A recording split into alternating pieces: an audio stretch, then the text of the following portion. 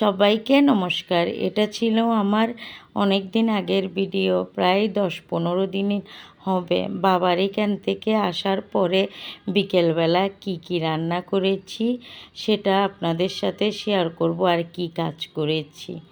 এসে আগে ভাতটা বসিয়ে দিলাম, তারপর নাস্তা করে নিয়েছি।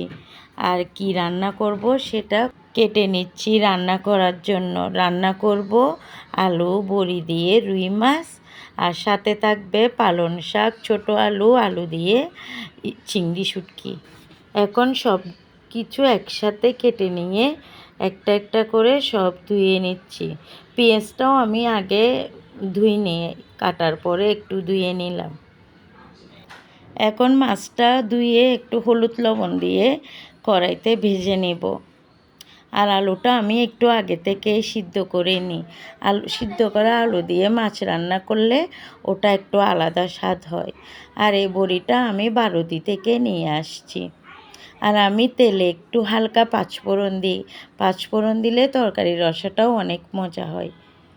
এই কিছুদিন আমি একটু অনেক অসুস্থ ছিলাম, অনেক পেটের ব্যথা ছিল, আল্ট্রাসোনোগ্রাফিও করিয়েছি, তেমন কিছু আসেনি। তারপরও অনেক ভয়ে ছিলাম যদি তেমন কিছু হয়, সেজন্য ঠাকুরের আশীর্বাদে কিছু তেমন একটা হয় নাই।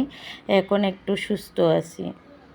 আর এখন আমরা সবাই সবার পাশে থাকব, লাইক কমেন্ট দিয়ে সাপোর্ট করব। অনেকেই শুধু বলতে তাকে রিপ্লাই কমেন্ট দেন, রিপ্লাই কমেন্ট দেন। রিপ্লাই কমেন্ট দিতে দিতে কমেন্ট ব্লক খেতে হয়। আর কমেন্ট ব্লক একবার খেয়ে গেলে 2-1 দিনও ছাড়ে না, তারপর আর কাউকে দেওয়া যায় না।